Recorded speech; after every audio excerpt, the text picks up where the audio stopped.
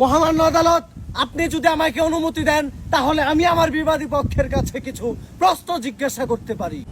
অনুমতি দেওয়া হলো। তুই নাকি আমি? ও ভাই রে ভাই, অর্ডার অর্ডার অর্ডার, অনুমতি দেওয়া হলো। মহামান্য আদালত, বাংলায় একটি প্রবাদ আছে, সংসার না ভেঙে খাট ভাঙুন। কিন্তু আমার মক্কেলকে সংসার করার সুযোগ দেওয়া হচ্ছে না, সে খাট ভাঙবে কিভাবে? অবজেকশন ইওর অনার, আমার প্রতিপক্ষ জ্বরের মুখে আবল তাবল কইতাছে। অর্ডার অর্ডার অর্ডার, বাদ দিয়েছে কে? মোড়ই বিটলমন খেয়ে পাত দিছে, একেবারে জ্বালিয়ে হালাইছে।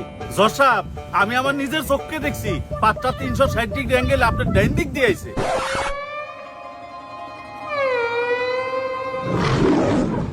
স্যার, আমি বাদ দেই নাই। হালার ফু, গাছে নরে পাতা, তোরে কিন্তু দিয়া দিমু জাতা। গ্যাস্ট্রিকের ট্যাবলেট খেতে তোমার গুদ মারে না, বাদ ছিরো। বাদ দেবো না, দাঁত ভেঙ্গা লাইছাল। Sorry everyone, the court is again শুরু কর। Thank you my lord. একটা সন্তান কতটা জঘন্য, কতটা বিকাউত হলে নিজের আপন বাপের নামে মামলা দায়ের করতে পারে? যে বাবা 10 মাস 10 দিন তার গর্ভে সন্তান ধারণ করেছিল, আজ কোথায় গেল তার প্রতিদান? Objection my lord. Objection granted. Your honour, এমন কুলাঙ্গার বাবা থাকার চাইতে ব্যাংকে 2 কোটি টাকা ঋণ থাকা ভালো। আমার মক্কেল তো শুধুমাত্র একটা বিয়ে করতে চেয়েছিল, এটাই কি তার অপরাধ? অবজেকশন। হালার পু, আমার শেষ দিবার দে। তেলে 10টা টেহা দে ডারবি খাম। ইডা না জাল। হালার পু, বুঝস না বাল, বালোটে হারে কস জাল। মহামান্য আদালত, আপনি অবশ্যই একটা বিষয় অবগত আছেন, জ্যৈষ্ঠ মাসের কাঁঠাল কিন্তু ভাদ্র মাসে ভালো লাগে না। আমার মক্কেলের দিকে একবার তাকিয়ে দেখুন, বেচারা বিবাহিত রোগে আক্রান্ত। গিটারের সুর তুলতে তুলতে আমার মক্কেলের ডান হাত বা মাছ সহ মাঝখানের হাতও প্রায় অকেজো হয়ে যাচ্ছে। ও স্যার, আগে আমার মুখ চলতো কম, হাত চলতো বেশি। এখন আমার হাতও চলে না, মুখও চলে না। Point to be noted your honour.